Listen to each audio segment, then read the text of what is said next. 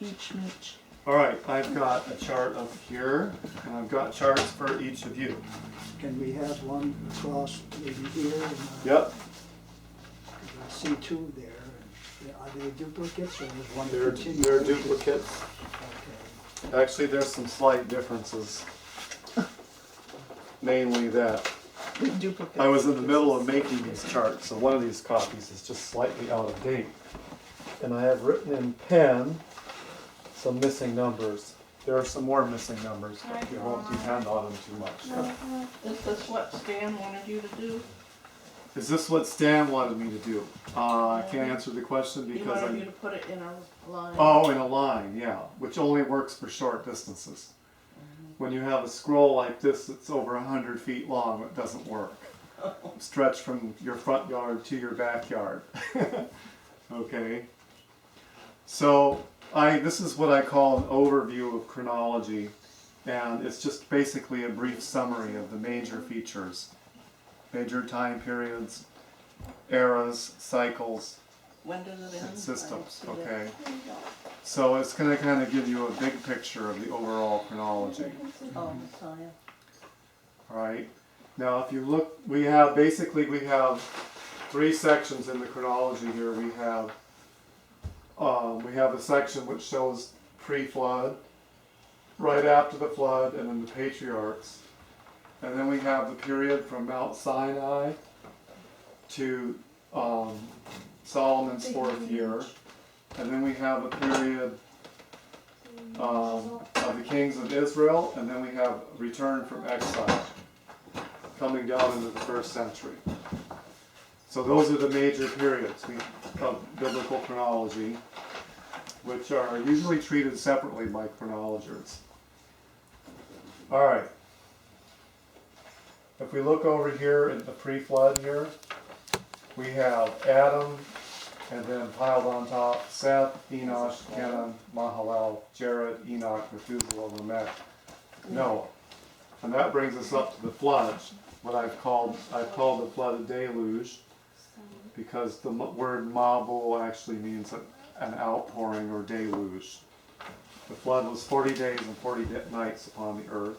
And then after the flood we have our Faxad, Salah, Eber, Peleg, Ru, Serug, Nahor, Terah, and then Abraham, or Abram, okay? And then the three patriarchs of Abram, Isaac, and Jacob. All right, so this part of chronology from creation to Jacob was long ago solved by chronologers, okay? I have the same dates for Jacob as say Bishop Usher would have from the 16th century. And I didn't put Joseph in the chart because that's just an overview, but down to the death of Joseph, the same number of years from creation to the death of Joseph. Okay. I have a minor difference with Usher and just about every other chronologer on how the year of creation is counted, and how 2 years after the flood is counted, but those are internal differences and they actually cancel out, giving the same result. I could explain that briefly. For every child here, or descendant of Adam, we always have a birth year, which I have as a 0 year in the chronology. They're 1 year old after they lived a whole year, and then they get to be age 1 in the 2nd year of their life. Okay, well that, we should be consistent with Adam, and we should also give him a 1st year of life in which he's not age 1, it's his 0 year. In the 2nd year of his life, he's age 1. If you were to omit the 0 years from all these, then Methuselah would end up dying after the flood. And we know he died before the flood. So we know that the chronicler used a 0 year for the birth year, and that they were age 1 after the birth year. So to be consistent, we have to put one in for Adam. Okay. So Usher and all other chronologers that I know of, Martin Amsey, David Cooper, Floyd Jones, Okay. all of those, they start year 1 of Adam with year 1 of the worlds. That's a mistake. All right, but they make up for the error because they make an error the other way at the flood. They add a year, so they omit a year here and they add a year here. Okay, and so the end result is by the time we get to the end of Joseph's or Jacob's life, that it's the same. Okay, deluge is important. It means outpouring. The flood or the deluge. The flood is not just the presence of waters. It's the outpouring of waters, which ceased after 40 days and 40 nights. The deluge was only 40 days and 40 nights. So this affects how you count for the birth of Arphaxad, who was born 2 years after the flood. If the deluge ended after 40 days and 40 nights, then the Arphaxad could be born 1 year sooner than if you run the flood out all the way the whole year to when Noah got off the ark. Okay? So the prevailing of the waters, or the presence of the waters, that's not the deluge. That's just the result of the deluge. The deluge is putting the waters on the earth, 40 days and 40 nights. Okay, so Usher had a -1 error here and a +1 year error here. -1 and +1 equals 0. So by the time we get to the patriarchs, the error has disappeared. Okay? Now, Did you say about Arphaxad a little while ago that something about there was a space of a year between Lamech and Arphaxad? They didn't. Yeah, there's a space of about 2 years between Lamech and Arphaxad. Mm-hmm. Now I can't show this in this chart because this is an overview, Mm-hmm. and I've drawn this to scale as an engineering drawing. If you Two years would be so insignificant on the chart. if you look at in Adam here, it says scale 10 to 1. Okay, if you look at this box here, this column at the start, Mm-hmm. Okay. okay, which is the first year of the world, okay, that's about an 1/8 inch thick. So that 1/8 inch represents 10 years. Oh. Okay, so what's a 1/10 of an 1/8? It's about 1/80th, I guess. And that's kind of hard to see, huh? We have a hard time seeing less than a 1/16 of an inch. So that's why you don't see any space there. Okay, here with Jacob, I've scaled it up to 3 to 1, where an 1/8 of an inch equals 3 years. Oh. Okay, and that's why Jacob looks longer than some, like Enoch over here. Well, he lived a lot less. Dad, Hmm? in that case, why is this block of 450 years longer than Adam's 930? Well, if you look, okay, the scale over here in this part of the chart is 3 to 1. Okay. Oh, okay. The scale here, it says variable scale. Okay, which I just put it here for representation purposes. And over here it's 10 to 1. So all of these are 10 to 1, all of these are 10 to 1, 10 to 1 until we get to So Jacob. it's growing.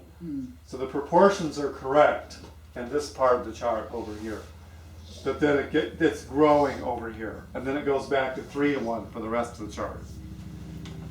Otherwise the chart would be, well, it would stretch from here to your backyard. All right, and we don't want that to happen. It would be hard to explain it. Okay, now. It would be an outdoor lesson. Hmm? It would be an outdoor It lesson. would be an outdoor lesson, right? That would actually be kind of cool. Just So, motion compare. and here's an interesting feature, okay? Now, I'm going to explain different features, but if you see this dotted line right here, okay, it says synchronized Jubilee cycle on it. Mm-hmm. Okay, now a year of Jubilee is, you count 7 periods of 7 years, and then that equals 49 years. And then the 50th year after the 49th year is the year of Jubilee. And do you start counting the next cycle on that 50th year or the next year after that? On it. So the 50th year is equal to the first year of the next cycle. Okay. That way the 7-year cycles stay consistent. They don't wander. Okay? Yeah, because they'd wander otherwise. Right. It's like the weekly Sabbath. The weekly Sabbath keeps going 7 days, 7 days, 7 days. You don't, after you get to 50 days, you don't jump a day. All right? So so it can always stay on the 7th day. So it's the same way with the Jubilee period. You count 7 sabbatical cycles. The 50th year is a Jubilee, but then the 50th year also counts as the first year of the next cycle. So it's perfectly synchronized. So what I'm showing here is that when you get to 7 years of plenty and 7 years of famine in the land of Egypt, which is this little box, you can see it on your chart over there. Oh, yeah. Okay. Okay. And then I drew the year of Jubilee at the end of the famine. Okay. Joseph bought all the land from the Egyptians, so they lost all of their land. Okay. Then in the year of Jubilee, he returned them to their land to them, on the condition that they pay a 20% tithe to Pharaoh of every year's produce. Okay. Mm-hmm. Now this is it's prototypical legislation for the Torah is what it is, because if you were to sell your land to someone else that you inherited, then in the year of Jubilee you would have it returned to you. And so this is what Joseph did with the Egyptians.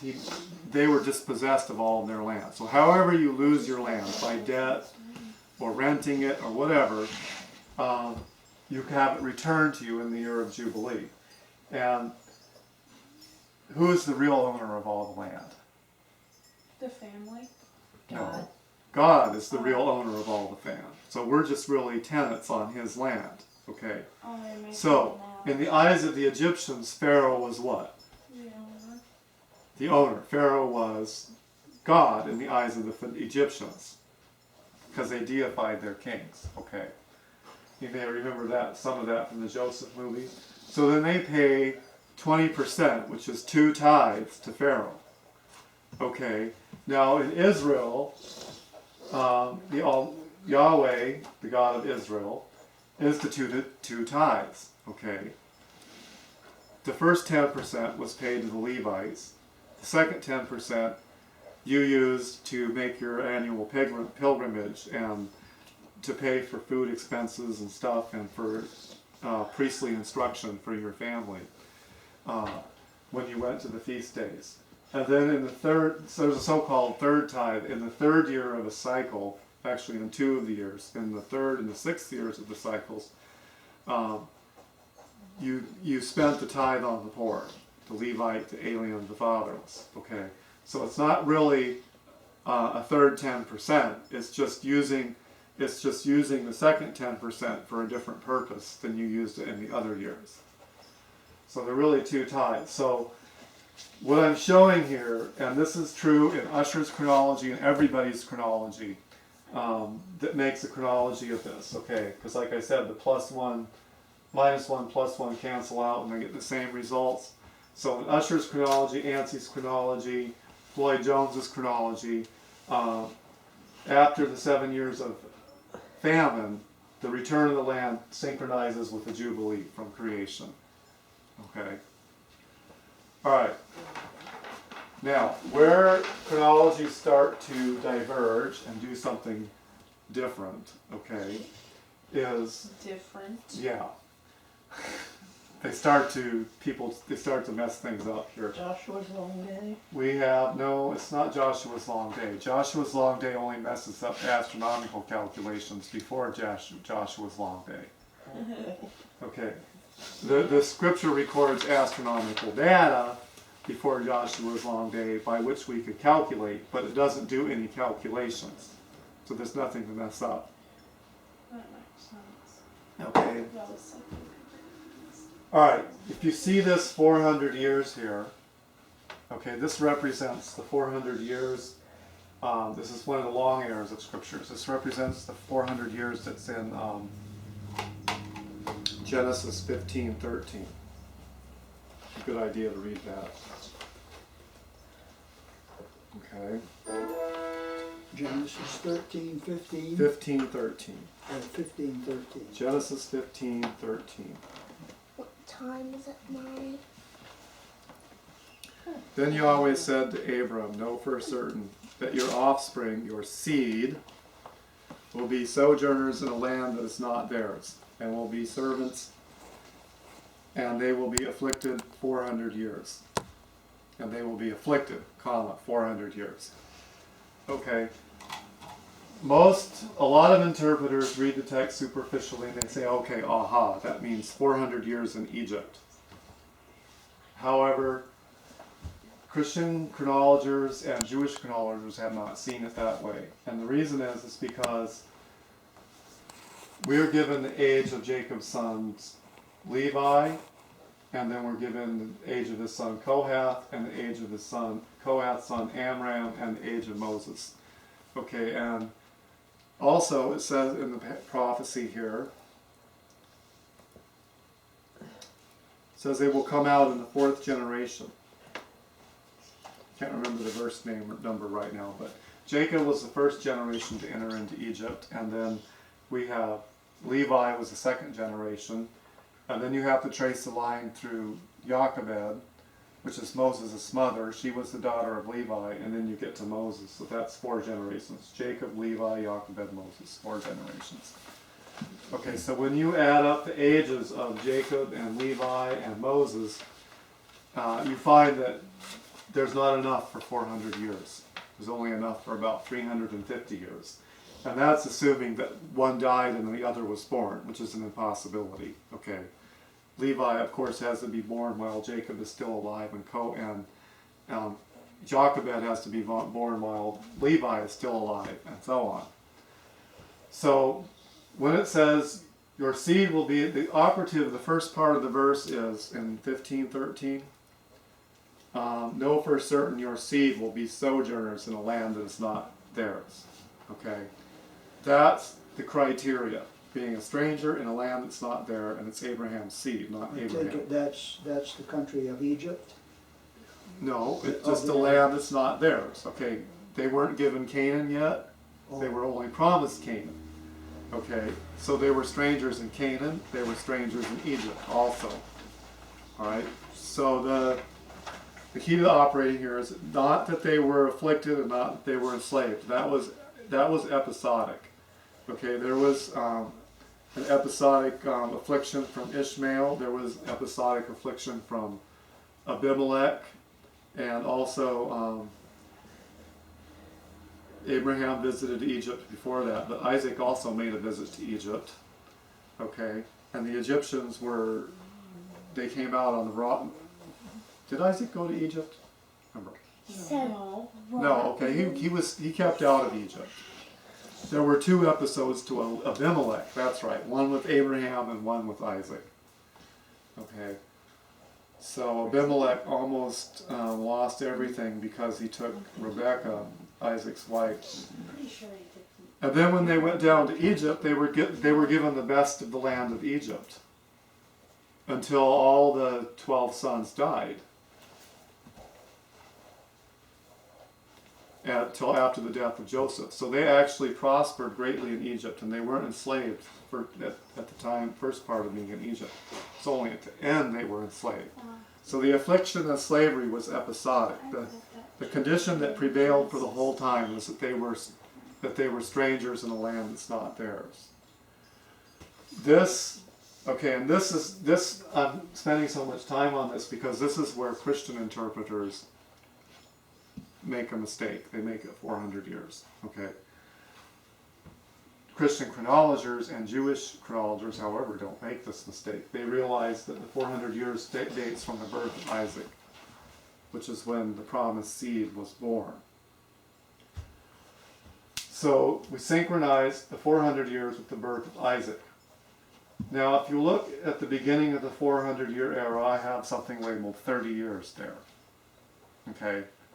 There's another long number in the book of Exodus, which is 430 years. The sojourning of the sons of Israel who dwelt in Egypt was 430 years. Okay. We have to realize the dwelling in Egypt is not 430 years. The sojourning of the sons of Israel who, put a parenthesis there, dwelt in Egypt was 430 years. So the question is, when did the sojourning begin? Okay. The sojourning began when Abraham left Ur of the Chaldees. So if you look back here at the beginning of the 30 years, you'll see it overlaps the end of Terah's life. Just a little bit. Actually overlaps the end of Terah's life by 5 years. And this is because Abraham left Haran after his father died.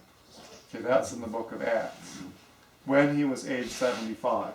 So Terah lived 205 years, and Abraham was 75 years and then he left. Okay, so between the birth of Isaac and leaving Haran was 25 years, because he was 100 when he bore Isaac. So 100 minus 7 is 25 years. So we needed 30 years on the beginning of the 400 years. Okay, so that means 5 years before they left Haran, they left Ur. All right, and that's how God appeared to Abraham in the land of the Chaldees, in Ur of the Chaldees. He didn't appear to him in Haran. And for some reason, and the probable reason that they settled in Haran and stopped going to Canaan was because the call was originally given to Abraham in Ur. And his father, which we learn from the book of Joshua, was an idolater. And his father Terah worshipped many gods. So when the God of Israel appears to Abraham, Terah's likely reaction is, this is one more God. But since my son had a vision of him, maybe I should listen to the message of this one more God. And so his father Terah was willing to go along with him. So they got up and they went to Haran. But for whatever reason, for trials along the way, or conflicting messages, Terah didn't really have faith and they stopped in Haran. Okay, and Abraham, respect for his father, or his father was very elderly, stopped with him. Okay, so in Genesis 12:4, the God of Israel has to repeat the call to Abraham. Okay, and say, now you can come out and go to Canaan. Okay, so this is why there's a 400 years and a 30 years, or a 430 years, but he was only 25 years in the land before he begat Isaac. So there's 5 years between Ur and Haran. The Jewish interpreters actually time the 400 years correctly. They begin from the birth of Isaac. The Christian interpreters get it correct that Abraham left Haran when his father died at 205, age 75.